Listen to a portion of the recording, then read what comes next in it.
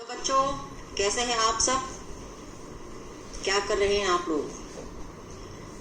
ये मैंने इसलिए पूछा क्योंकि आज मैं आपसे बहुत सारी बातें करने वाली हूँ। किसके बारे में? जानवरों के बारे में, पशु पक्षियों के बारे में। अब आप सोचेंगे इनके बारे में क्या बातें हो सकती हैं? तो सुनो दोस्तों, पहले आप मुझे कुछ बात बताइए कि क्या आपके साथ कभी ऐसा हुआ है कि आप कभी स्कूल के मैदान में बैठे खाना खा रहे हैं और चील आकर फुर्ती से तुम्हारी रोटी ले गई? कभी भी ऐसा हुआ हो कि आप कहीं बाहर बैठे कुछ खा रहे हैं और आपसे कोई भी पक्षी आके आपका टुकड़ा या आपके हाथ में जो कुछ भी है वो छीन कर ले गया? या आप कहीं मार्केट जा रहे हैं या पार्क में खेल रहे हैं तो कोई कुत्ता सो रहा है, आप उसके पास से गुजर गए तो कुत्ते के कान खड़े हो गए। तुम एक सोए हुए कुत्ते के पास से गुजरे और झट से उसके कान खड़े हो गए। या फिर जब भी हम खाना खाते हैं तो आम तौर पर खासकर बच्चों के हाथों से, बड़ों के हाथों से भी कुछ खाना कई बार नीचे गिर जाता है। तो क्या आपने कभी इस चीज पर ध्यान दिया है कि खाते समय तुम में से कुछ मीठा जमीन पर गिर गया और कुछ ही पल में वहां चींटियों का झुंड इकट्ठा हो गया? याद कीजिए, क्या ये सभी बातें आपने अपने सामने देखी हैं या आपके साथ हुई हैं? अगर हुई है तो आप ये सोचिए कि ऐसा क्यों होता है और सोचकर बताइए। आप एक कॉपी पेन लीजिए और उस पर लिखिए कि ऐसा क्यों हुआ, आपको क्यों लगा कि ऐसा हुआ है। आपके पास इन प्रश्नों के क्या उत्तर है? अब हम बात करेंगे, क्योंकि मैंने आपको कहा था कि हम जानवरों के बारे में बात करेंगे।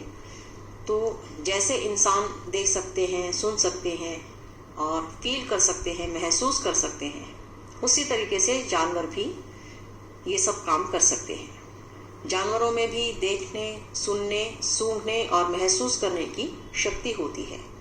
महसूस करना क्या होता है बच्चों? मान लीजिए आपकी त्वचा पर कुछ गर्म लगा तो आपको क्या महसूस हुआ? कुछ जलन महसूस होती है। या आपके हाथ पे या पैर पे या कहीं भी शरीर पर कहीं कुछ कांटा चुभ गया तो आपको दर्द महसूस होता है। इसे कहते हैं महसूस करना। और देखना, सुनना और सूंघना तो आप जानते ही हैं। आंखों से हम देखते हैं, कानों से हम सुनते हैं और नाक से हम सूंघते हैं और त्वचा से हम महसूस करते हैं। जानवरों में भी देखने, सुनने, सूंघने और महसूस करने की शक्ति होती है। कोई जानवर मीलों दूर से शिकार को देख सकता है, कोई हल्की से हल्की आहट को भी सुन लेता है। कुछ ऐसे पक्षी होते हैं जो बहुत ऊंचाई से भी नीचे जमीन पर चलते हुए अपने शिकार को देख सकते हैं, जैसे कि चील। बहुत सारे जानवर भी ऐसे होते हैं जो बहुत दूर से अपने शिकार को महसूस कर सकते हैं, या उनकी सुगंध से, खुशबू से वो महसूस कर सकते हैं कि इतनी दूरी पर उनका शिकार है। या फिर किसी की आहट को सुनकर भी वो ये पता लगा लेते हैं कि कितनी दूरी पर उनका शिकार है। कोई जानवर मीलों दूर से शिकार को देख सकता है, कोई हल्की से हल्की आहट को भी सुन लेता है। कोई जानवर अपने साथी को सूंघ कर ढूंढ लेता है ना? जानवरों की भी अजब दुनिया। आपने कई बार देखा होगा कुत्तों को, अगर आपने कभी उनकी बातों पे ध्यान दिया है तो कुत्ते ज्यादातर जब भी पेशाब करते हैं तो वो खंबे की तरफ या किसी गाड़ी के पहिए पर वो करते हैं। और फिर आप देखिए कि जब वो एक कुत्ता पेशाब करके चला जाता है तो दूसरा कुत्ता उसे सूंघता है, वहां पे आकर सूंघता है। ऐसा क्यों करता है? इसके बारे में हम बाद में बात करेंगे, लेकिन पहले एक और हम उदाहरण यहाँ पर लेते हैं। कैसे पहचाना साथी को? एक चींटी अपने रास्ते चली जा रही थी। अचानक अपने सामने दूसरी टोली की चींटियों को देखकर वह झट से अपने बिल की तरफ वापस दौड़ी आई। बिल के बाहर पहरा दे रही चींटी ने उसे पहचान लिया और बिल में घुसने दिया। कभी आप बाहर जाते हैं तो कच्चे रास्ते पर आप देखते होंगे कि चींटियां एक कतार में चलती चली जाती हैं। और कई बार ऐसा होता है कि चींटियां आमने सामने से आती हैं और चींटी एक दूसरे से मिलकर जाती हैं। आप कभी गौर कीजिएगा, जब चींटी आमने सामने से आ रही होती है तो चींटी एक दूसरे से मिलती हैं और उनके मुंह में खाने का कोई दाना जरूर होता है। मिलने से पहले जब किसी के मुंह में खाने का कोई दाना हो तो चींटी एक दूसरे से मिलकर जाती हैं। इस चींटी को, अब आप ये बात सोचिए कि इस चींटी को कैसे पता लगा कि सामने वाली चींटियां दूसरी टोले की हैं? पहरेदार चींटी ने इस चींटी को कैसे पहचाना? अभी हमने जो आपको बात बताई उसमें ये कहा गया है कि चींटी अपने रास्ते पर चली जा रही थी। अचानक सामने से दूसरी टोली की चींटियों को देखकर वह झट से अपने बिल की तरफ वापस दौड़ी आई और बिल के बाहर पहरा दे रही चींटी ने उसे पहचान लिया और बिल में घुसने दिया। तो अब यहाँ पे प्रश्न ये है कि उस चींटी ने दूसरी चींटी को कैसे पहचाना कि ये किसी दूसरी टोली की चींटी है?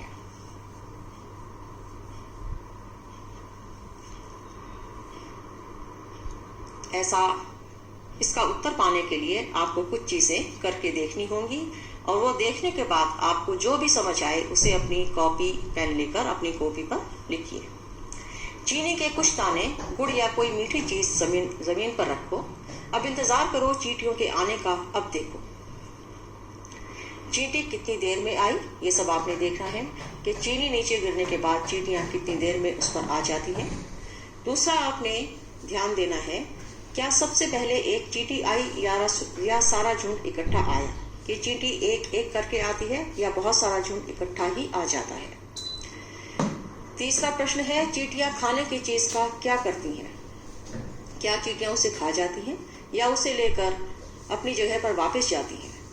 चौथा प्रश्न है, वे उस जगह से कहाँ जाती हैं? जब वो अपना दाना चुन लेती हैं, खाना ले लेती हैं, उसके बाद वो वहीं रहती हैं या कहीं और चली जाती हैं? और अगला प्रश्न है, क्या वे एक दूसरे के पीछे कतार में चलती हैं? तो इन सभी प्रश्नों के उत्तर जानने के लिए आपको ये अनुभव खुद करना होगा कि आप कुछ खाने का सामान जमीन पर डालकर देखिए, मीठा सामान, चींटियां उस पर किस प्रकार से आती हैं, ये सब चीजें आपने ध्यान से देखनी है। अब ध्यान से बिना किसी चींटी को नुकसान पहुंचाए उस कतार के बीच में पेंसिल से कुछ देर चींटियों का रास्ता रोको। अगर आपको ये सब जानना है कि ऐसा किस प्रकार होता है, क्या ये एक कतार में सीधी चलती हैं और क्यों चलती हैं, तो आप देखिए कि चींटी को मारिए मत, उसको अपने पैर से कुचलिए मत।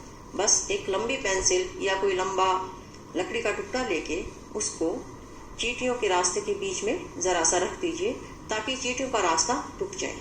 और उसके बाद भी आप ध्यान करिए कि ये चींटियां क्या अभी भी सीधी कतार में चल रही हैं या किस प्रकार वो अपनी चाल बदल लेती हैं। चाल बदलने का मतलब है अपना रास्ता बदल लेती हैं। ये सब आप देखिए और देखिए अब चींटियां कैसे चलती हैं। बहुत साल पहले एक वैज्ञानिक ने इसी तरह के कई प्रयोग किए थे। वे इस नतीजे पर पहुंचे कि चींटियां चलते समय जमीन पर कुछ ऐसा छोड़ती हैं जिसे सूंघकर पीछे आने वाली चींटियों को रास्ता मिल जाता है। अच्छा, क्योंकि चींटियां अब बहुत दूर तक तो नहीं देख पाती होंगी शायद, तो वो कैसे चलती हैं एक कतार में? वो इसी प्रकार चलती हैं कि वो पहली चींटियों की, जो चींटियां वहां से गुजरी हैं, उनकी सुगंध से उनको सूंघकर उसका पीछा करते हुए चलती हैं, एक कतार में चलती हैं। क्या आप बता सकते हो, जब तुमने पेंसिल से चींटियों का रास्ता रोका तब उनके ऐसे व्यवहार का क्या कारण था? कुछ नर कीड़े मकोड़े अपनी मादा कीड़े की गंध से उसकी पहचान कर लेते हैं। कीड़े मकोड़ों में भी नर भी होते हैं और मादा भी होती हैं। तो नर कीड़े मकोड़े मादा की गंध से उसकी पहचान कर सकते हैं। क्या तुम कभी मच्छरों से परेशान हुए हो? हम सभी मच्छरों से बहुत परेशान रहते हैं। जब भी गर्मियां आती हैं तो मच्छर भी साथ ही आते हैं। दरवाजा खुला छोड़ दो, मच्छर सीधा अंदर आ जाएंगे। तो मच्छर से तो सभी परेशान रहते हैं। तो मच्छरों को कैसे पता चलता है कि आप यहाँ बैठे हैं या हम लोग यहाँ बैठे हैं, तो यहाँ आकर इन्हें परेशान किया जाए, इन्हें काटा जाए? तो इसका उत्तर ढूंढिए बच्चों। क्या तुम कभी मच्छरों से परेशान हुए हो? सोचो, उन्हें कैसे पता चलता होगा कि तुम कहाँ हो? मच्छर तुम्हारे शरीर की गंध, खासकर पैरों के तलवों की और तुम्हारे शरीर की गर्मी से तुम्हें ढूंढ लेता है। ये सभी कीड़े मकोड़े या मच्छर ये शरीर की गंध के द्वारा पता लगाते हैं। जिसके पास जाना होता है वहां पर उसकी गंध से उसका पता लगा लेते हैं। जैसे कीड़ियां भी गंध से कतार में चलती हैं, वैसे ही मच्छर भी शरीर की गंध से, खासकर पैरों के तलवों की और तुम्हारे शरीर की गर्मी से तुम्हें ढूंढ लेता है। अभी यहाँ पर एक उदाहरण दिया है बच्चों कि मैं रेशम का कीड़ा हूँ, मैं अपनी मादा को उसकी गंध से कई किलोमीटर दूर से ही पहचान लेता हूँ। अब आप देखेंगे, आपने शायद देखा नहीं होगा, लेकिन आप इंटरनेट पर जाकर ये देख सकते हैं कि रेशम का कीड़ा कितना छोटा सा होता है, और इतना छोटा सा होने के बाद भी रेशम का कीड़ा कई किलोमीटर दूर से सिर्फ गंध से मादा को पहचान सकता है। तो आप ये देखिए इनकी घ्राण शक्ति कितनी ज्यादा मजबूत है, कितनी ज्यादा विकसित है। क्या तुमने कभी किसी कुत्ते को इधर उधर कुछ सूंघते हुए देखा है? सोचो कुत्ता क्या सूंघता होगा। ऐसा आप पार्क में जाएं या कहीं घर से बाहर जाएं या मार्केट जाएं तो आमतौर पर हमें कुत्ते कहीं बैठे हुए या घूमते फिरते दिखाई दे जाते हैं। तो कई बार हम ये भी देखते हैं कि कुत्ते सूंघ रहे होते हैं, सिर नीचा करके वो सूंघते हुए चले जाते हैं। सड़कों पर कुत्तों को भी अपनी जगह बटी होती है। एक कुत्ता दूसरे कुत्ते के मल मूत्र की गंध से जान लेता है कि उसके इलाके में बाहर का कुत्ता आया था। कुत्ते आमतौर पर जिस भी जगह पर रहते हैं वहां वो अपने मल मूत्र के द्वारा अपनी पहचान रखते हैं। एक जगह पर कुछ ही कुत्ते रहते हैं। जब भी कोई दूसरी गली का कुत्ता या दूसरी जगह का कुत्ता उनके पास आएगा, वो या तो उससे लड़ते हैं या उसके ऊपर भौंकते हैं और उसको अपने जगह से भगा देते हैं। ऐसा क्यों होता है? क्योंकि कुत्तों की भी अपनी जगह बटी होती है और एक कुत्ता दूसरे कुत्ते के मल मूत्र की गंध से जान लेता है कि उसके इलाके में बाहर का कुत्ता आया था। हम कुत्तों के सूंघने की शक्ति का इस्तेमाल कहाँ कहाँ करते हैं, ये आपको अपनी कॉपी पे लिखना है। आपने बच्चों, जब आप फिल्में देखते हैं तो फिल्मों में आपने बहुत बार देखा होगा कि हमारे पुलिस या हमारी सेना या ये फोर्सेस जो हैं ये कुत्तों का इस्तेमाल करती हैं सूंघने के लिए। ज्यादातर आपने देखा होगा फिल्मों में कि पुलिस कुत्ते को लेकर चोर का पता लगाने के लिए जाती है। जब भी किसी चोरी का पता लगाना होता है तो कुत्तों को लेकर वहां पे मौजूद रहती है पुलिस और देखती है, कुत्ते के द्वारा पता लगाती है कि चोर कहाँ कहाँ तक गया है और चोरी करने के बाद कहाँ से निकला है। तो कुत्तों के सूंघने की शक्ति का इस्तेमाल इस प्रकार किया जाता है। इसी तरह हमारी सेना भी कुत्तों का इस्तेमाल करती है कुछ भी चीजों का पता लगाने के लिए जो छुपी हुई हैं, जो इंसान नहीं सूंघ सकते, लेकिन कुत्ते उसे बहुत अच्छी तरह से सूंघ सकते हैं और पता लगा सकते हैं कि कहाँ पर क्या छिपा है। तो कुत्तों का इस्तेमाल बहुत महत्वपूर्ण है हमारी पुलिस और सेना में। किन किन मौकों पर तुम्हारी सूंघने की शक्ति तुम्हारे काम आती है? सूची बनाओ। उदाहरण के लिए खाने की गंध से उसके खराब होने का पता चलना, किसी चीज के जलने का पता लगना। आप कई बार देखेंगे कि टिफिन में मम्मी जब आपके लिए खाना डाल के देती है तो हमेशा तो नहीं, लेकिन कई बार एक आध बार ऐसा हो सकता है कि खाने में जो सुगंध, जो खुशबू होनी चाहिए उस वैसी ना होकर उससे थोड़ी अलग से खुशबू या गंध आती है। तो आपको अगर गंध से नहीं पता लगता तो खाने से पता लग जाता है कि ये खाना खराब हो चुका है, या कहीं बाहर किसी ने कूड़ा जला दिया या टायर जला दिए या और कोई चीज जल रही है, प्लास्टिक जल रहा है, तार जल रही है, तो उसके जलने की गंध से हमें पता चल जाता है कि बाहर कोई चीज जल रही है। तो ऐसा हमें कैसे पता लगता है? ऐसा हमें केवल गंध के कारण, हमारी सूंघने की शक्ति के कारण पता लगता है कि कहीं पर कुछ जल रहा है। तो अब आपको ये बातें अपनी कॉपी पे नोट करनी है कि हम कुत्तों के सूंघने की शक्ति का इस्तेमाल कहाँ कहाँ करते हैं, और दूसरा किन किन मौकों पर तुम्हारी सूंघने की शक्ति तुम्हारे काम आती है। सूची बनाओ। आपने इसकी एक सूची बनानी है। उदाहरण के लिए खाने की गंध से उसके खराब होने का पता लगना, किसी चीज के जलने का पता चलना। तीसरा है, तुम बिना देखे किन जानवरों को उनकी गंध से पहचान सकते हो, उनके नाम लिखो। अगर आपके घर में कुछ पालतू जानवर हैं, जैसे कि गाय है, भैंस है, कुत्ता है, बिल्ली है, तो क्या आप अपने जानवरों को बिना देखे उनकी गंध से पहचान सकते हैं? या जिन लोगों के घर में पालतू जानवर नहीं है वो जानवरों की गंध को पहचान सकते हैं कि ये किस जानवर की गंध है? अगर ये सब आपको जानना है तो इसके लिए आपको उनकी गंध को पहचानना होगा। किन्हीं 5 ऐसी चीजों के नाम लिखो जिनकी गंध तुम्हें अच्छी लगती है, और किन्हीं 5 ऐसी चीजों के नाम भी लिखो जिनकी गंध तुम्हें अच्छी नहीं लगती। यहाँ भी आपने एक सूची बनानी है। इसमें एक तालिका में आपने 2 भाग करने हैं। एक भाग में आपने लिखना है इनकी गंध अच्छी लगती है। उन चीज़ों के नाम आपने लिखने हैं जिनकी खुशबू आपको बहुत अच्छी लगती है। और एक भाग में तालिका में आपने लिखना है उन चीज़ों के नाम जिनकी गंध आपको अच्छी नहीं लगती। जैसे फूलों की सुगंध बहुत अच्छी लगती है, कुछ फलों की सुगंध बहुत अच्छी लगती है, जब सब्जी बनती है तो कुछ मसालों की सुगंध बहुत अच्छी लगती है। और इसी तरीके से जब हम किसी कूड़े के ढेर के पास से निकलते हैं तो हमें बहुत ज़्यादा बदबू आती है और हम अपने नाक पर हाथ रख लेते हैं, हमें बिल्कुल अच्छा नहीं लगता। तो कूड़े के ढेर के पास, गले सड़े खाने के पास, जहाँ पर खाना गल गया हो, सड़ गया हो, या कहीं पर कोई जानवर मर गया हो, तो वहाँ पर बहुत बुरी बदबू आती है, बहुत ही बुरी गंध आती है। तो इसी तरीके से आपको सूची बनानी है उन चीज़ों की जिनकी गंध आपको अच्छी लगती है और जिनकी गंध आपको अच्छी नहीं लगती। अब आप ये देखिए, आप ये सारा काम बैठकर कुछ दोस्त एक टोली में भी कर सकते हैं।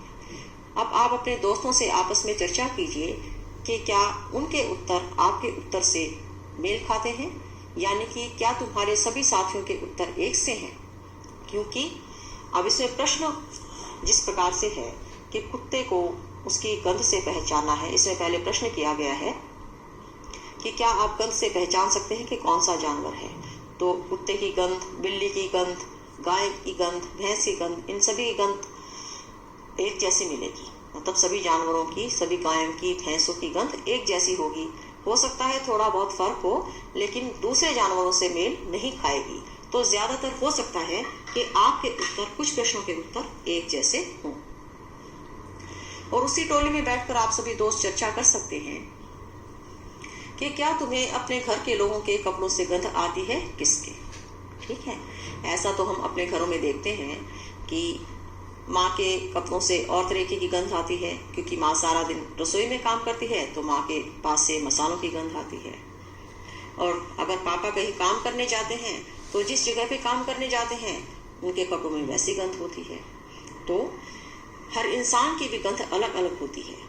आप स्कूल में जाते हैं, आपका स्कूल या आपकी कक्षा जिस जगह पर है वहाँ पर जिस तरह की खुशबू होगी, पेड़ पौधे होंगे या जिस तरीके के जानवर वहाँ पे घूमते होंगे, उसके हिसाब से आप में से भी वैसी ही गंध आ सकती है। या फिर किसी को बहुत ज़्यादा पसीना आता है तो उसके कपड़ों में पसीने की बहुत ज़्यादा गंध आ सकती है।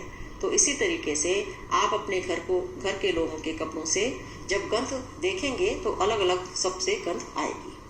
तो आपको चर्चा करनी है आपस में दोस्तों में, क्या तुम्हें अपने घर के लोगों के कपड़ों से गंध आती है, किसके।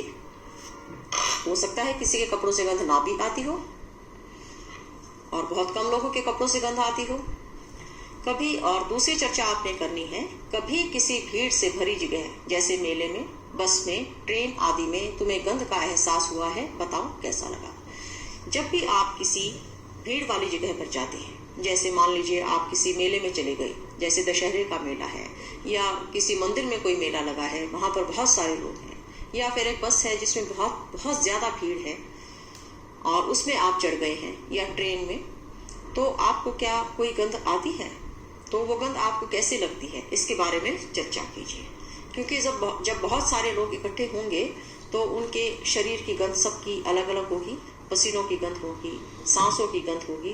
तो जब भी हम भीड़ में जाते हैं तो हमें गंध अवश्य आती है। आप बहुत छोटे बच्चे हैं, लेकिन आप इस बारे में अपने घर में बड़ों से पूछ सकते हैं।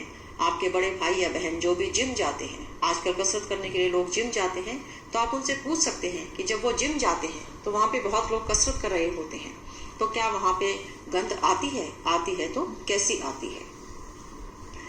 लेकिन गंध आती है तो इसके बारे में हम जानते हैं कि ऐसा क्यों है। अब इसके लिए उदाहरण आपके पुस्तक में दिया गया है। आज रजनी को जरूरी काम से कहीं जाना पड़ा। अपने 6 महीने के बेटे दीपक को वह अपनी बहन सुशीला के पास छोड़ गई। सुशीला की अपनी बेटी भी इतनी ही छोटी थी।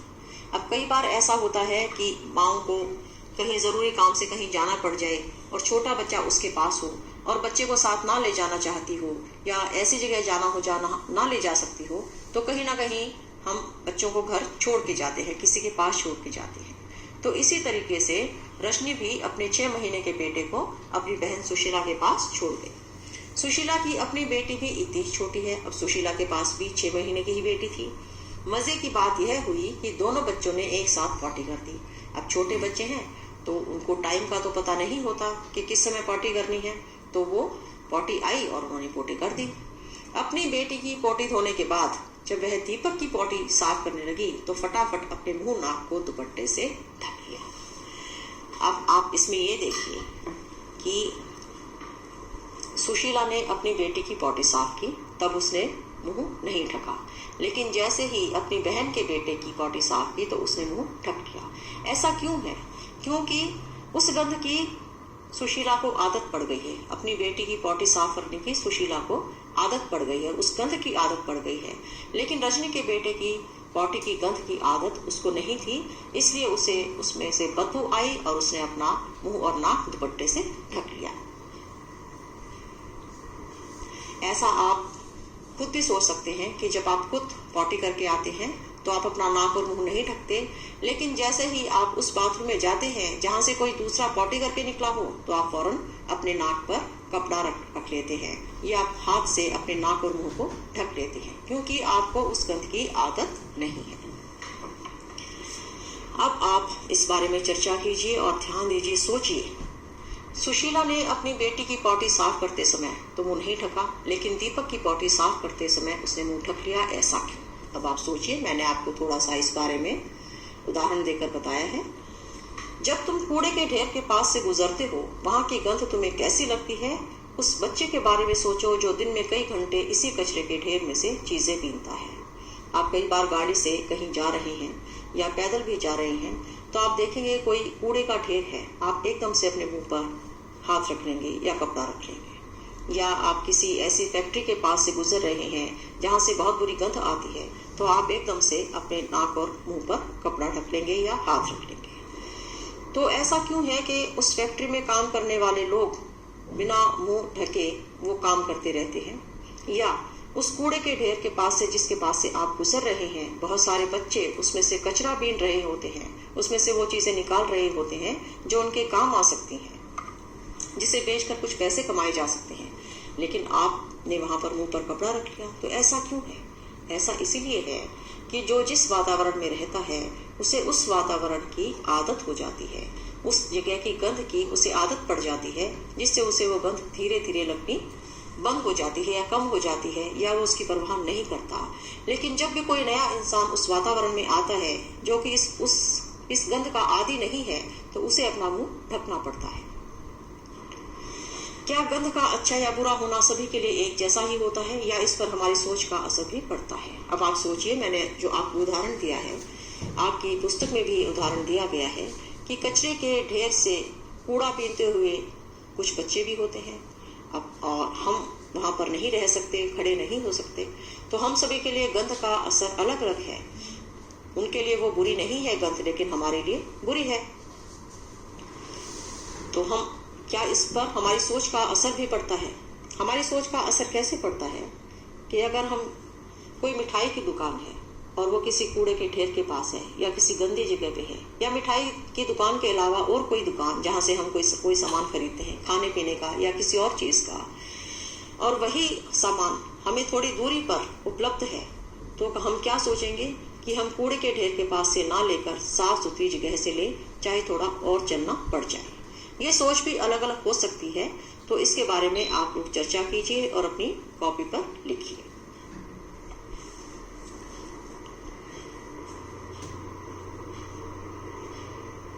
अब है कैसे दिखाओ। ये क्या है, देखते हैं इसके बारे में क्या लिखा है। किसी ऐसे पक्षी का नाम लिखो जिसकी आंखें सामने की तरफ होती हैं। आपने ऐसा कौन सा पक्षी देखा है जिसकी आंखें सामने की तरफ होती हैं? ऐसे कुछ पक्षियों के नाम लिखो जिनकी आंखें सिर के दोनों तरफ होती हैं। इन पक्षियों की आंखों का आकार उनके सिर की तुलना में कैसा होता है? अब आप कुछ पक्षी देखेंगे, जैसे कौवा है, कौवा की दोनों आंखें सामने की तरफ होंगी, या जिनकी आंखें थोड़ी बड़ी हैं उनकी आंखें सामने की तरफ होंगी। लेकिन कुछ पक्षी ऐसे होते हैं जिनकी छोटी छोटी आंखें होती हैं और सिर के दोनों तरफ होती हैं। ज्यादातर पक्षियों की आंखें उनके सिर के दोनों तरफ होती हैं। पक्षी एक ही समय में दो अलग अलग चीजों पर नजर डाल लेते हैं। जब ये बिल्कुल सामने देखते हैं तब इनकी दोनों आंखें एक ही चीज पर होती हैं। तुमने देखा होगा कई पक्षी अपनी गर्दन बहुत ज्यादा हिलाते हैं। जानते हो क्यों? ज्यादातर पक्षियों की आंखों की पुतली घूम नहीं सकती। क्या आपको इस बात का पता था कि ज्यादातर पक्षियों की आंखों की पुतली घूम नहीं सकती, तो वे अपनी गर्दन घुमाकर ही आसपास देखते हैं। आपने देखा होगा कबूतर दाना चुगते हुए अपनी गर्दन को बहुत ज्यादा घुमाता है कि कहीं बिल्ली तो नहीं आ रही, या और कोई खतरा जानने के लिए वो अपनी गर्दन को बार बार घुमाकर देखता रहता है। तो आप जब दाना डालते हैं पक्षियों को, या कहीं बाहर कहीं दाना डाल रखा है वहां पर पक्षियों को दाना चुगते हुए देखते हैं, तो आप ध्यान दीजिए कि कौन से पक्षी गर्दन ज्यादा हिला रहे हैं, कौन से पक्षियों की आंखें सिर के दोनों तरफ हैं, कौन से पक्षियों की आंखें सामने की तरफ हैं। ये आप ध्यान कीजिए और अपनी कॉपी पर इसका उत्तर लिखिए। अब आप अलग अलग तरीके से देखें। तुम भी अलग अलग तरीकों से देखो। तुम अपनी दाईं आंख बंद करो या हाथ से ढको। उसी समय तुम्हारा साथी तुम्हारे बिल्कुल दाईं तरफ थोड़ी दूर खड़ा होकर कुछ एक्शन करे।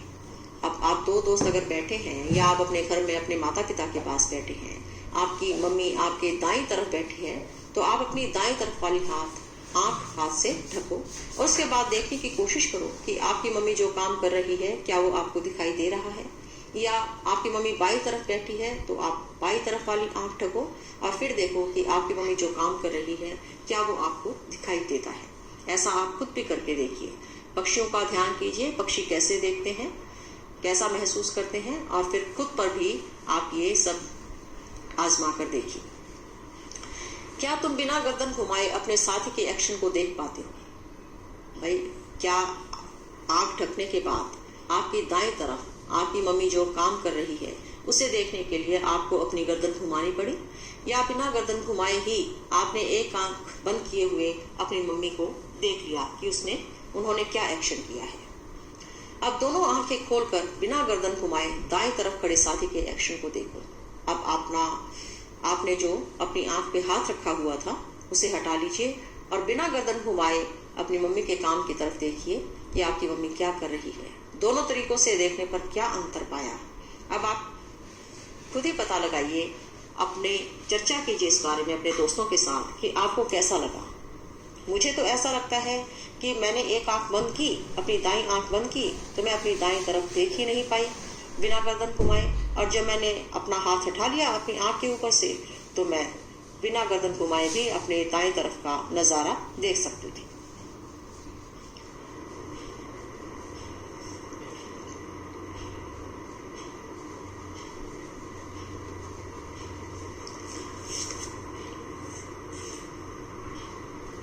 अभी हमने थोड़ी देर पहले पक्षियों की बात की थी कि पक्षियों की पुतलियां, कुछ पक्षियों की पुतलियां घूमती नहीं हैं, उनकी आंखें सिर के दोनों तरफ होती हैं तो वो दोनों तरफ देख सकते हैं। तो पक्षी जब दोनों आंखों को एक ही चीज पर केंद्रित करते हैं तो उन्हें चीज की दूरी का एहसास होता है, और जब अलग अलग चीजों पर केंद्रित करते हैं तो उनका देखने का दायरा बढ़ जाता है। इसका क्या मतलब है कि जब पक्षी एक ही चीज की तरफ देख रहा होता है तो उसका ध्यान उस पर केंद्रित होता है। उस ध्यान के केंद्रित होने के कारण से पक्षी को पता लगता है कि इस चीज से उसकी दूरी कितनी है, वो कितनी दूरी पर इस चीज से बैठा हुआ है। लेकिन जब पक्षी अलग अलग चीजों की तरफ देखता है दोनों तरफ, तो उसके देखने का दायरा बढ़ता है। इसका क्या मतलब है कि वो दाएं भी देख सकता है और बाएं भी देख सकता है। लेकिन जब वो सामने देखता है तो उस पर ध्यान केंद्रित करता है तो वो सिर्फ उसी चीज की तरफ ही देख रहा होता है। तो पक्षियों के सिर पर उनकी आंखों की स्थिति का अवलोकन करने से बच्चों को यह बात समझने में आसानी होगी। आप खुद ये बात देखिए, पक्षियों की हरकतें देखिए और ध्यान दीजिए कि वो किस प्रकार से देखते हैं। अब गेंद या छोटा सिक्का उछाल कर पकड़ने का खेल खेलो। ये आपके लिए है बच्चों, ये आपको खुद करके देखना है। एक गेंद ले लीजिए या एक छोटा सिक्का ले लीजिए। हम बहुत बार खेलते हैं तो खेलने से पहले सिक्का उछालते हैं। आप ध्यान देंगे, याद करने की कोशिश कीजिए कि जब क्रिकेटर क्रिकेट खेलते हैं तो बारी लेने से पहले वो सिक्का उछाल कर ये तय करते हैं कि कौन सी टीम पहले खेलेगी। तो इसी तरीके से आप एक गेंद या छोटा सिक्का उछालिए और उसको पकड़ने की कोशिश कीजिए। पकड़ना कैसे है? एक बार आपने दोनों आंखें खोलकर पकड़ना है और एक बार एक आंख बंद करके पकड़ना है। अब आप गेंद उछालिए और अपनी दोनों आंखें खोलकर गेंद को पकड़ने की कोशिश कीजिए। आप देखिए क्या वो गेंद आपने आराम से लपक ली है, आसानी से लपक ली है। और अब एक काम कीजिए कि आप एक आंख बंद कर लीजिए और उसके बाद गेंद उछालिए और उसे पकड़ने की कोशिश कीजिए। अब आप देखिए क्या आपने उतनी ही आसानी से गेंद पकड़ ली जितनी आपने दोनों आंखें खोलकर पकड़ी थी। तो बताइए किस स्थिति में उसे पकड़ना आसान लगा। मुझे तो आसान लगा जब मेरी दोनों आंखें खुली थी, और आप इसे करके देखिए, फिर आपको समझ आएगा कि दोनों आंखें खुलने में आसानी है या एक आंख खुली होकर पकड़ने में आसानी है।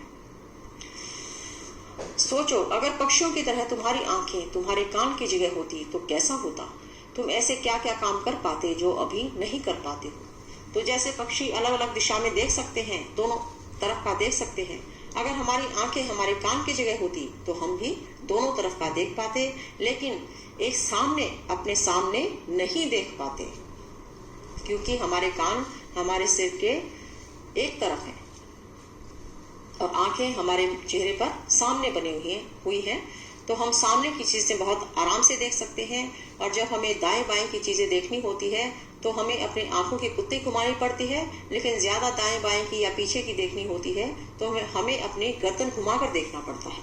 तो अगर हमारी आंखें हमारे कान की जगह होती तो हम भी अपने दाएं बाएं की चीजें ज्यादा आसानी से दोनों तरफ की चीजें एक साथ देख पाते हैं। चील, बाज और गिद्ध जैसे पक्षी हमसे 4 गुना ज्यादा दूर से देख पाते हैं।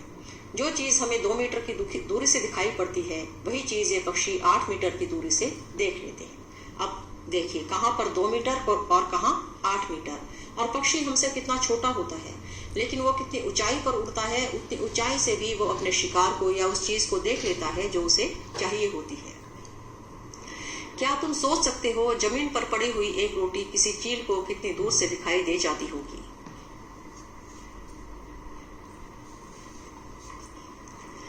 मजेदार बात और, जैसे हमें इतने सारे रंग दिखाई देते हैं उतने रंग जानवरों को दिखाई नहीं देते। देखो इन जानवरों को ये चित्र कैसे दिखाई देंगे। अभी आपके सामने चित्र दिखाए गए हैं, इसमें फूलों को दिखाया गया है, अलग अलग रंग के फूलों को। इसमें एक प्रकार के फूल हैं जो कि गुलाबी रंग के हैं, एक प्रकार के फूल हैं जो कि हल्के पीले या हल्के सफेद रंग के हैं, और एक प्रकार के फूल हैं जो रंगहीन हैं, जो सिर्फ सलेटी रंग के हमें दिखाई दे रहे हैं, क्योंकि ये बिना रंग का दिखाया गया है। आमतौर पर माना जाता है कि दिन में जागने वाले जानवर कुछ रंग देख पाते हैं, रात में जागने वाले जानवर हर चीज को सफेद और काली ही देखते हैं। अब आप ये देखिए कि 4 तस्वीरें आपके सामने दिखाई गई हैं। पहले जो लाल रंग की तस्वीर है उसमें नीचे इंसान को दिखाया गया है, इंसान को देखते हुए, तो इंसान को वो रंगीन दिखाई दे रही है। पक्षी को दिखाया गया है, पक्षी को भी वो रंगीन दिखाई दे रही है। कुत्ते को दिखाया गया है, कुत्ते को वो थोड़ी सफेद दिखाई दे रही है। लेकिन पीछे एक और चूहे जैसे जानवर को दिखाया गया है, तो उसे वो बिना रंग के ही दिखाई दे रही है, थोड़ी काली। आमतौर पर माना जाता है कि दिन में जागने वाले जानवर कुछ रंग देख पाते हैं, रात में जागने वाले जानवर हर चीज को सफेद और काली ही देखते हैं। जो जानवर दिन में जागते हैं, जैसे कि गाय भैंस हमारे पालतू पशु हैं या पक्षी हैं जो हमारे आसपास रहते हैं, जो दिन में उड़ते रहते हैं, यानी कि उनको दिन में दिखाई देता है तभी वो दिन में उड़ते हैं, तो वो जानकर उन जानवरों में क्षमता होती है कि वो रंगों को देख पाते हैं।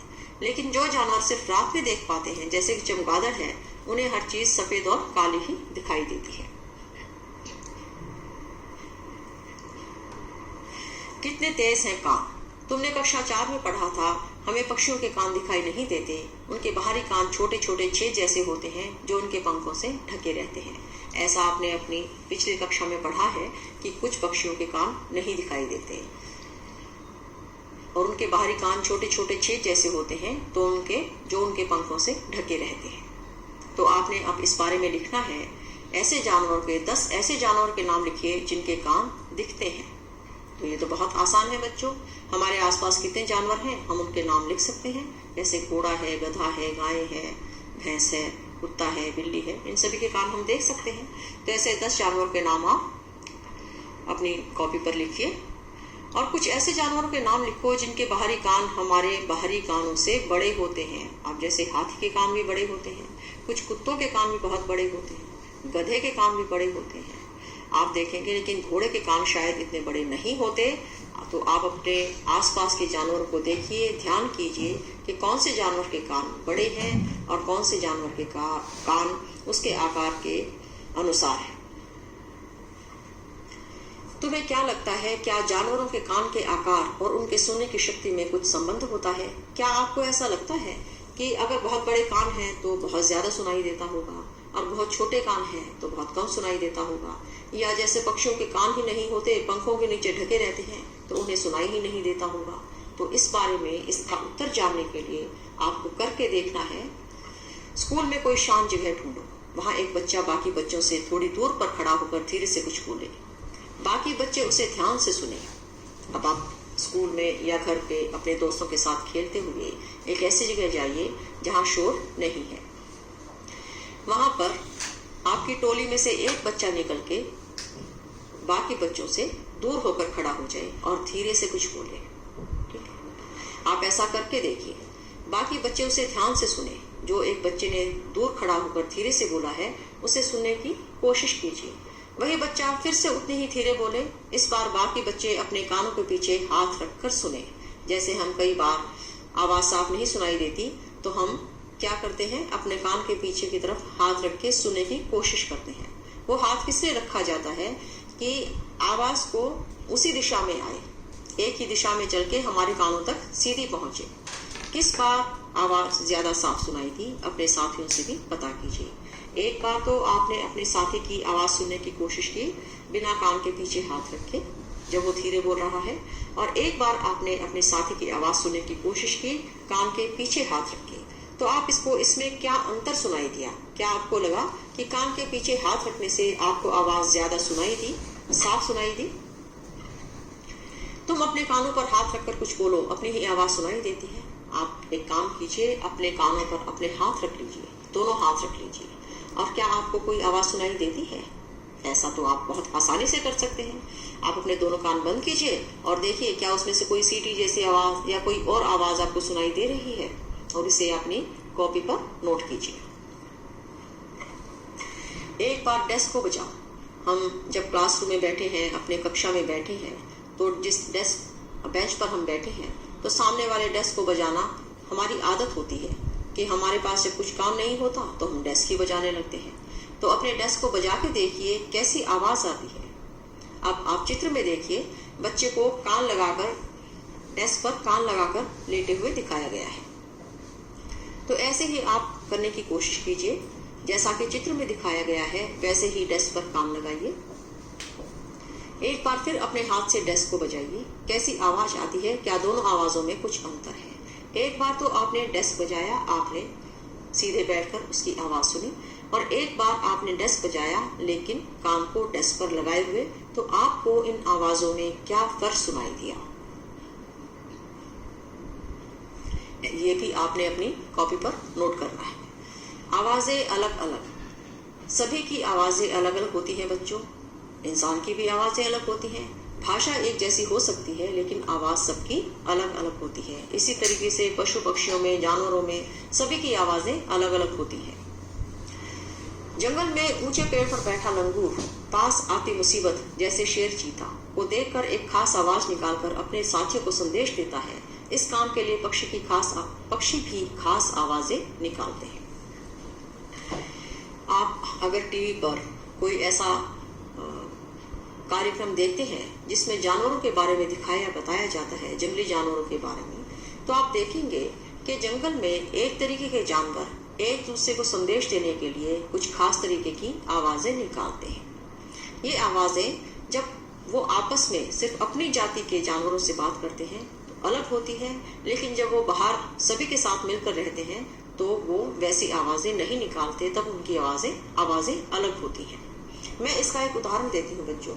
हमारे घर में एक बिल्ली है। बिल्ली के छोटे से बच्चे हुए।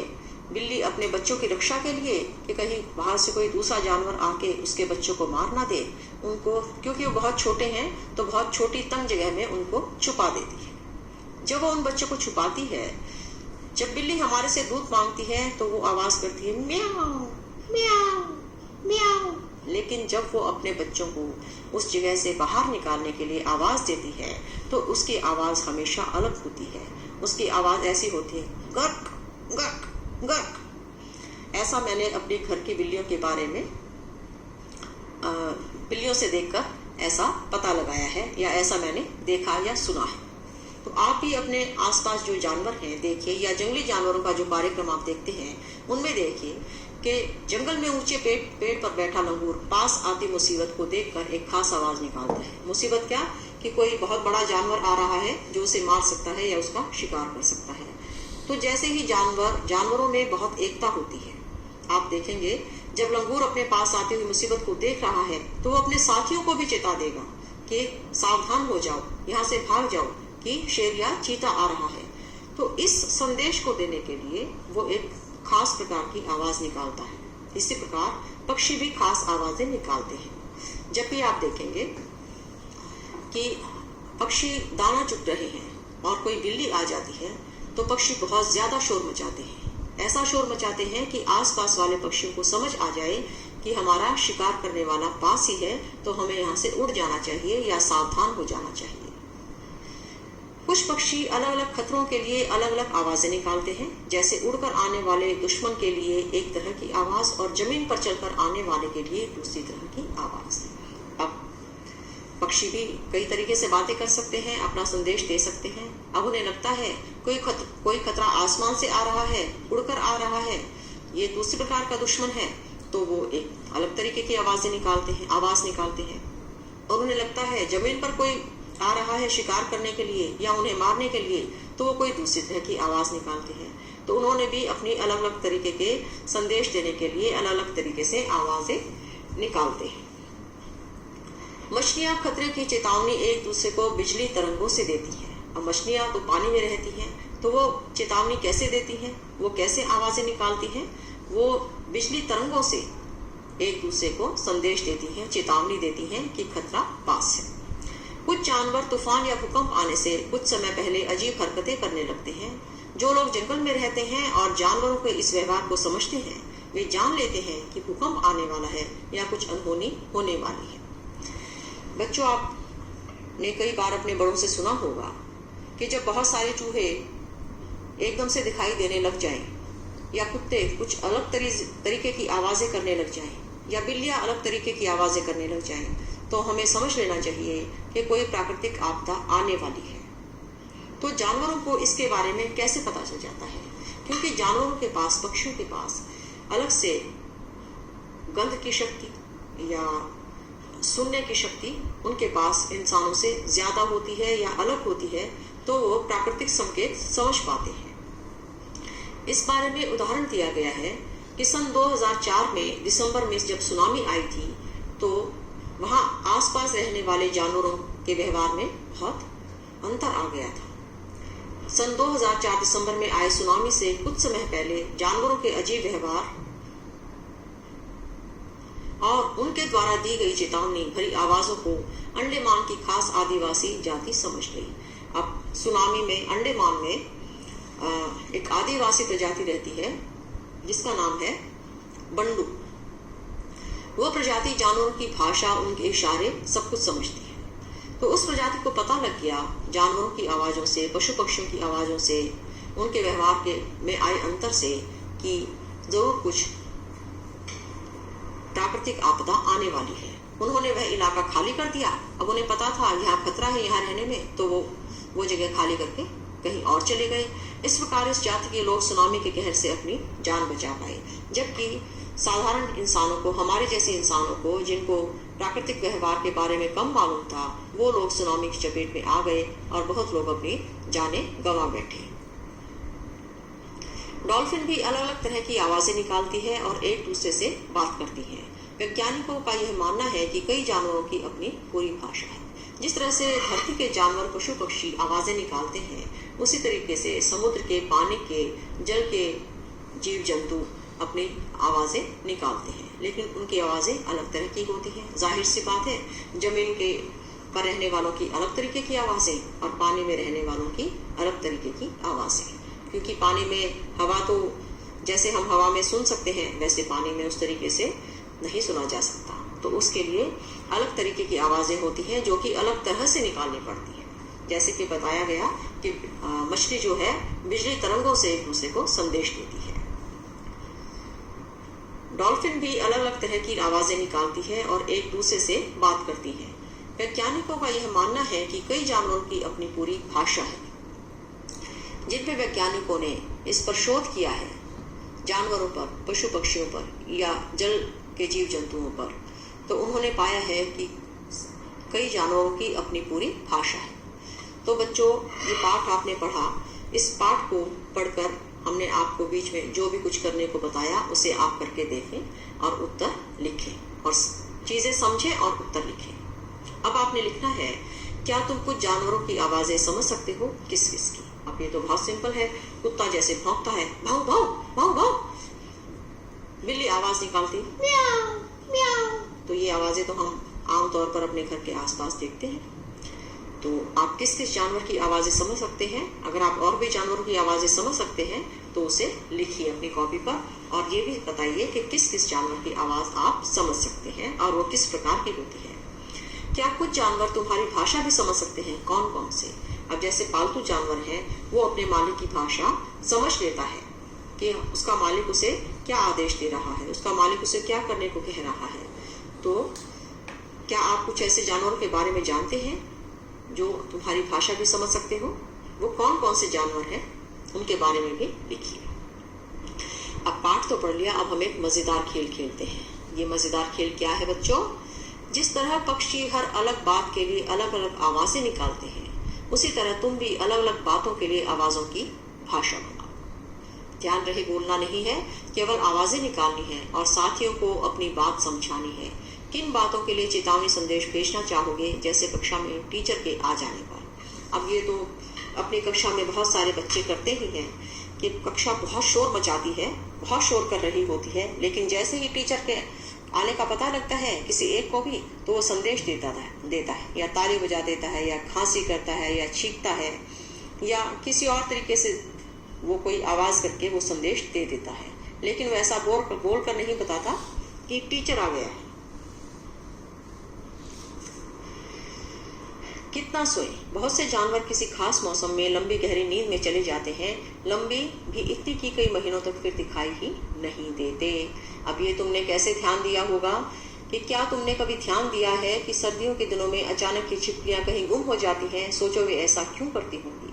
आपने देखा होगा, जैसे ही गर्मियां शुरू होंगी, छिपकलियां दीवार पे दिखाई देना शुरू हो जाएंगी और जैसे ही सर्दियां आएंगी, छिपकलियां एकदम से छुप जाएंगी और जब तक सर्दियों का मौसम रहेगा, 3 महीने 4 महीने, तब तक छिपकलियां दिखाई ही नहीं देगी।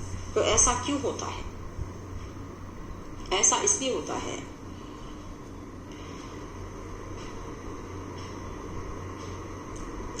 कि हर जानवर के पास, सभी जानवरों का अपना अपना रहन सहन का एक तरीका होता है। उस रहन सहन के तरीके के हिसाब से उसको उसकी सूंघने की, देखने की, सुनने की क्षमता के हिसाब से ही हर जानवर का रहन सहन होता है। इसी तरीके से या मौसम को महसूस करने के हिसाब से कि गर्म है या ठंडा है, तो उसको उस समय कहाँ चले जाना चाहिए, कहाँ रहना चाहिए, वातावरण में अंतर के हिसाब से, जैसे ही वातावरण में अंतर आता है, उसी तरीके से ऐसे जानवरों के रहन सहन में भी अंतर आ जाता है। तो इसी प्रकार से छिपकलियां भी सर्दियों में छुप जाती हैं और गर्मियों में बाहर निकल आती हैं।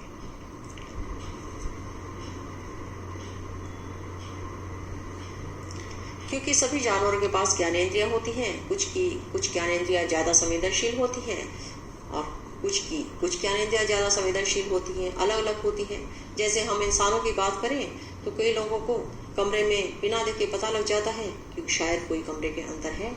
इसे हम क्या कहते हैं? आपने फिल्में देखी होंगी तो इसे हम कहते हैं सिक्स्थ सेंस, यानी कि छठी इंद्री से उसे पता लग गया कि कमरे में कोई और था। इसी तरीके से जानवरों में भी संवेदनशील इंद्रियां होती हैं जिसके द्वारा वो पता लगा सकते हैं दूर बैठी किसी दूसरे जानवर के बारे में, पशु पक्षी के बारे में या खतरे के बारे में या खाने के बारे में।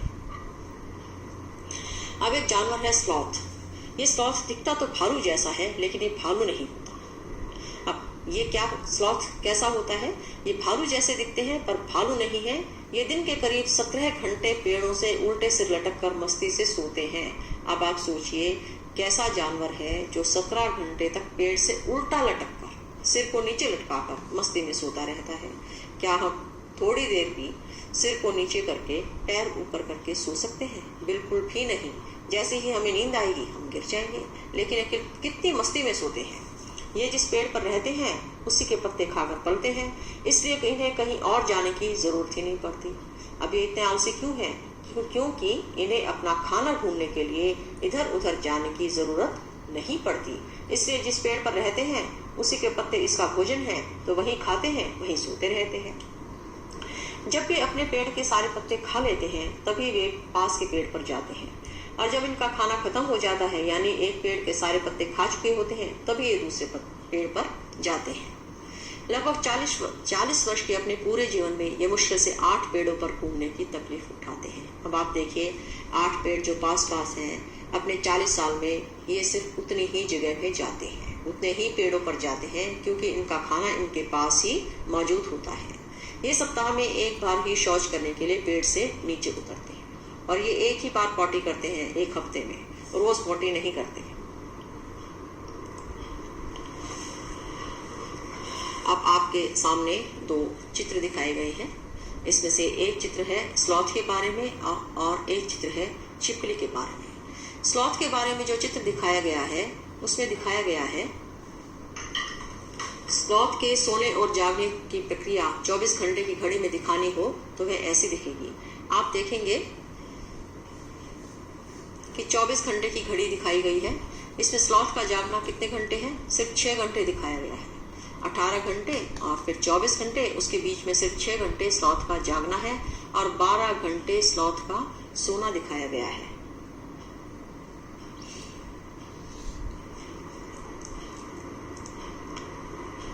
बारह से भी ज्यादा। जब 6 घंटे गए तो 18 घंटे स्लॉथ का सोना दिखाया गया है। और छिपकली के बारे में कैसा दिखाया गया है? छिपकली के बारे में दिखाया गया है, बताओ छिपकली के लिए सर्दियों में ये घड़ी कैसी दिखाई देगी? अभी ये घड़ी दिखाई गई है, इसमें छिपकली को सोते हुए दिखाया ही नहीं गया। लेकिन सर्दियों में छिपकलियां गुम हो जाती हैं।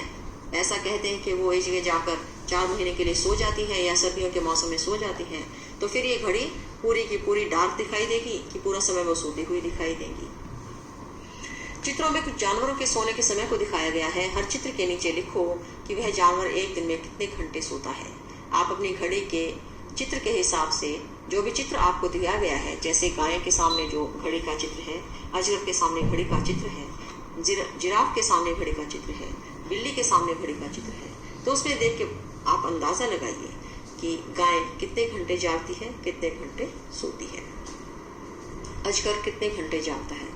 अब इस चित्र के हिसाब से आप देखेंगे गाय सिर्फ 4 घंटे सोती है, अजगर 6 घंटे जागता है, बाकी समय सोता है, जिराफ सिर्फ 2 घंटे सोता है और बिल्ली आधा दिन सोती है, आधा दिन जागती है।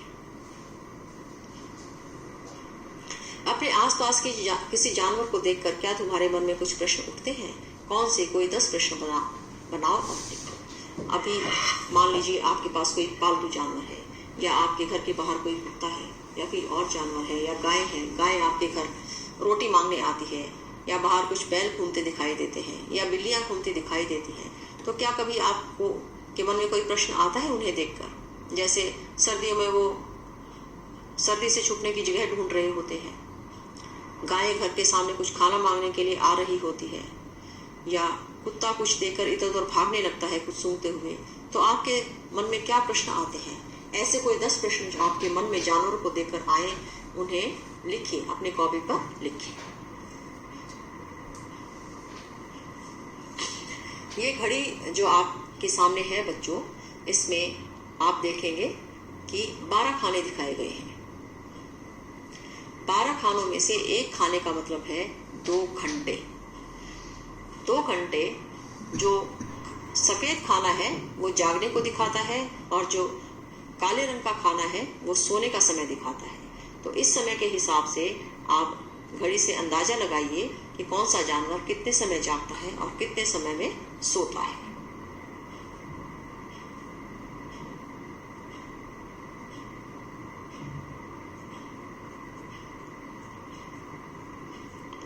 अब आते हैं हम बाघ के बारे में।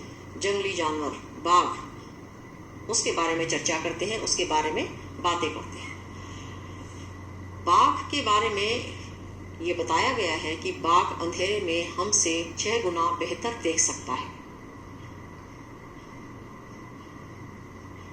बाघ की मूंछें हवा में हुए कंपन को भाप लेती हैं और उससे शिकार की बिल्कुल सही स्थिति का पता चल जाता है। इससे उसे इन्हें अंधेरे में रास्ता ढूंढने में भी मदद मिलती है। अब बाघ को उसकी मूंछें भी बहुत ज्यादा सहायता करती हैं उसके शिकार की स्थिति बताने के बारे में। बाघ अपने इलाके में मूत्र करके अपनी गंध छोड़ते जाते हैं। यह इलाका कई किलोमीटर बड़ा हो सकता है। एक बाघ किसी दूसरे बाघ के मूत्र की गंध को झट से पहचान लेता है। फिर उस इलाके में घुसना है या नहीं, यह तो उस बाघ की मर्जी। अब जैसे कुत्तों के बारे में बताया गया था कि कुत्ते भी अपने मूत्र के द्वारा अपनी गंध छोड़ते हैं और पता लगा सकते हैं कि कोई दूसरा कुत्ता उनके इलाके में आया है। इसी तरीके से बाघ भी मूत्र की गंध से पहचान लेते हैं कि ये इलाका उसका है या नहीं, उसे दूसरे बाघ के इलाके में जाना है या नहीं।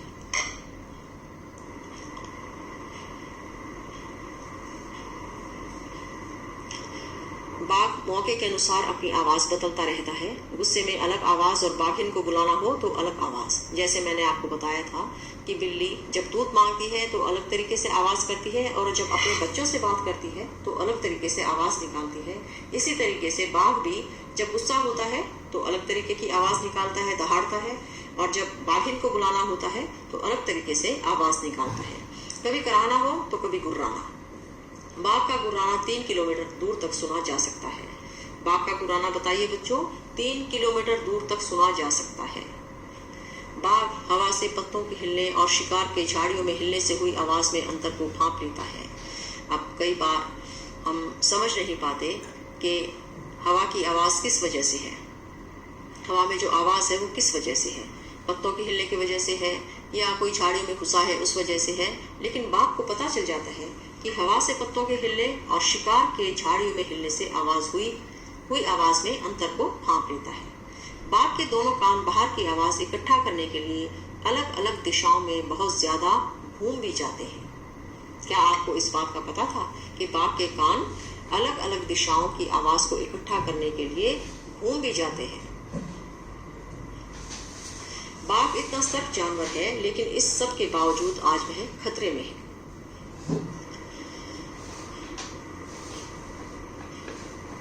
सोचो, जंगल के बाघ को किन चीजों से खतरा होगा? क्या हम भी जानवरों के लिए खतरा बन रहे हैं? कैसे? अब आप सोचते होंगे बाघ तो इतना शक्तिशाली है, उसको किस जानवर से खतरा हो सकता है? फिर आप सोचिए, जो पशु शक्तिशाली है, जो जानवर शक्तिशाली है, उनके लिए खतरा सिर्फ जानवर ही हो सकते हैं या कोई और चीजें भी उनके लिए खतरा हो सकती हैं? या इंसान के रहने के तौर तरीके, या इंसान जिस तरीके से अपने इस्तेमाल के लिए जंगलों को कटवाता जा रहा है, अपने रहने के लिए जंगलों को खत्म करता जा रहा है, क्या वो भी जानवरों के लिए खतरा है? तो ये सब चीजें आप देखिए, समझिए। क्या तुम जानते हो हाथी को उसके दांतों, गेंडे को सींग, शेर, मगरमच्छ और सांप को उनकी खाल के लिए मार दिया जाता है। कस्तूरी हिरण को थोड़ी सी खुशबू के लिए मारा जाता है। जानवरों को मारने वाले लोगों को शिकारी कहते हैं। अब जिन जानवरों को दूसरे जानवरों से खतरा नहीं होता, उनको किससे खतरा होता है? शिकारी से। शिकारी क्या करते हैं? जानवरों को मारकर उनकी खाल का या उनके सींगों का या उनकी दांतों का इस तरीके से अलग अलग तरीके के लिए इस्तेमाल करते हैं। हमारे देश में बाघ और अन्य कई जानवरों की गिनती इतनी कम हो गई है कि इनके लुप्त हो जाने का खतरा है। हमारे देश की सरकार इन्हें बचाने के लिए बहुत से जंगलों को सुरक्षा दे रही है, जैसे उत्तराखंड का जिम कॉर्बेट नेशनल पार्क और राजस्थान के भरतपुर जिले में खाना। इन जंगलों में जानवरों का शिकार मना है। यहाँ लोग जानवरों या जंगल को कोई नुकसान नहीं पहुंचा सकते। ये जितने भी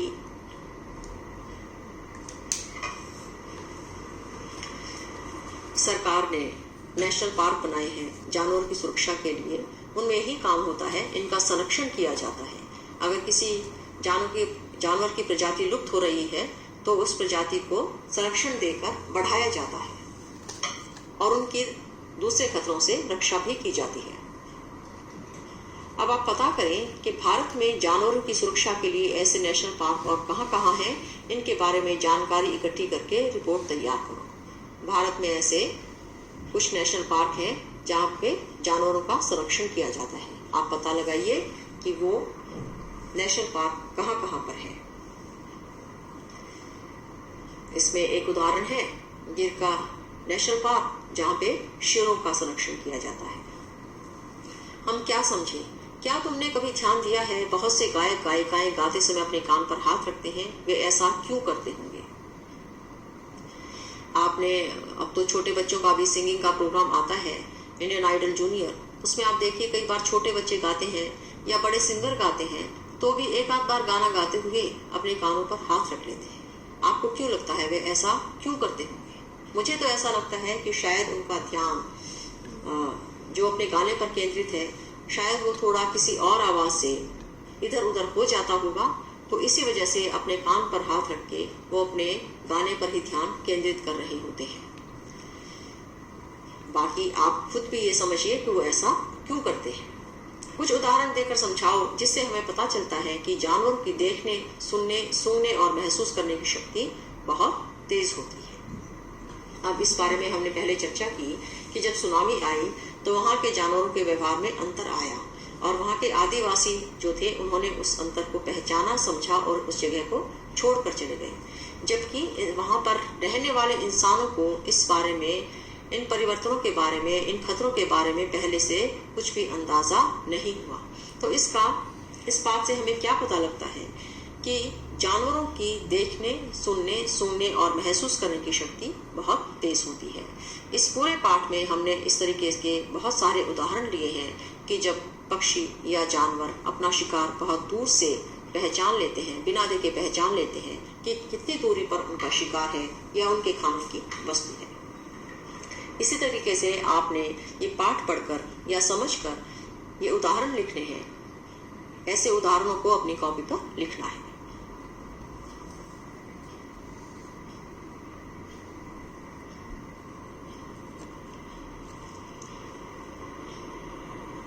अच्छा, कई बार बच्चों जैसे जानवरों से खतरा नहीं होता तो वातावरण से खतरा होता है। वातावरण से कैसा खतरा हो सकता है जानवरों को कि कई बार आग लग जाती है, कई बार वहाँ पे पानी की कमी हो जाती है, पानी खत्म हो जाता है, या जंगल नष्ट हो जाते हैं या सूख जाते हैं पेड़ पौधे। तो ये भी जानवरों की संख्या जंगलों में कम होने के कारण है कि उस जगह को छोड़कर जानवरों को वहां से जाना पड़ता है, क्योंकि वहां पर उनको अपना खाना और रहना मुश्किल दिखाई देने लगता है। अब इसमें आपको एक इन्होंने एक्टिविटी भी दी है जिसमें कागज से कुत्ता बनाना सिखाया गया है। तो इसमें लिखा है आओ बनाए कागज का कुत्ता। इसमें आपको एक पट्टी दिखाई गई है लंबी,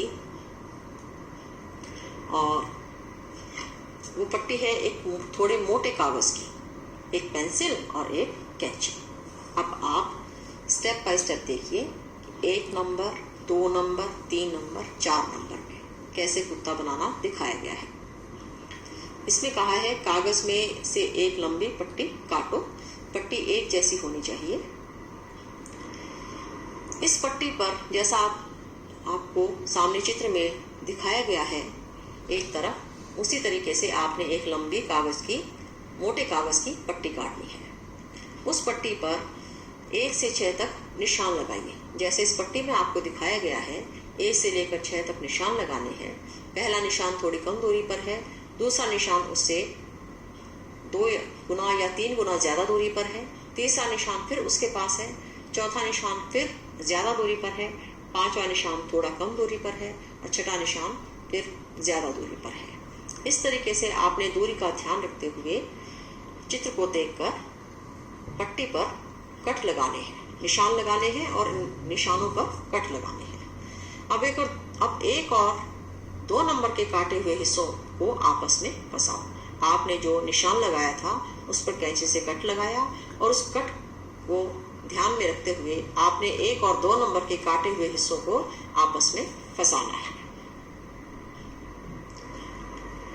इसी तरह 3 और 4 में और 5 को 6 में फंसाओ। अब आप ये जो आपके सामने चित्र दे रखे हैं 1 2 3 4, इसमें जिस तरीके से कागज को मोड़ना दिखाया गया है, जिस प्रकार से कट में डालना दिखाया गया है, उसी तरीके से आप डालने की कोशिश करें और कुत्ता बनाएं। चित्र 3 में कुत्ते के पैरों वाले हिस्से पर जो निशान दिख रहे हैं उन पर भी कट लगाओ। जब आप कट लगाएंगे तो कुत्ते के पैर दिखाई देने लगेंगे अलग से, जैसा कि चित्र 4 में हम देख रहे हैं कि कुत्ते के पैरों के निशान पर कट लगा दिया गया है, तो उसके 2 पैर दिखाई हम आराम से देख सकते हैं, आसानी से देख सकते हैं। सिर के ऊपर के कटे हुए हिस्से को मोड़कर कुत्ते के कान बनाओ। अब सिर के ऊपर का जो हिस्सा है उसे आप मोड़ दीजिए, जैसा कि चित्र 4 में दिखाया है, तो इससे कुत्ते के कान बन जाएंगे। अगर आपको ये काम करना बहुत अच्छा लग रहा है तो आप ऐसे ही कुछ एक्टिविटीज अपने घर में करते रहिए। तो बच्चों, आज हमने आपको जानवरों के बारे में, पशु पक्षियों के बारे में, उनके सुनने की शक्ति के बारे में, देखने की शक्ति के बारे में, महसूस करने की शक्ति के बारे में बताया। अलग अलग जानवरों के अलग अलग तरीके। अब आप इस पाठ के बारे में जो भी आपको समझ आया या जो भी आप देखना, सुनना और समझना चाहते हैं या जानना चाहते हैं, तो उसके लिए आप जानवरों के व्यवहार का निरीक्षण कीजिए और उसे अपनी कॉपी पर लिखिए। तो आज इतना भी आपको समझ आ गया तो बहुत अच्छा है। और दूसरे चैप्टर के लिए, दूसरे पाठ के लिए आपसे फिर मिलते हैं। Bye bye.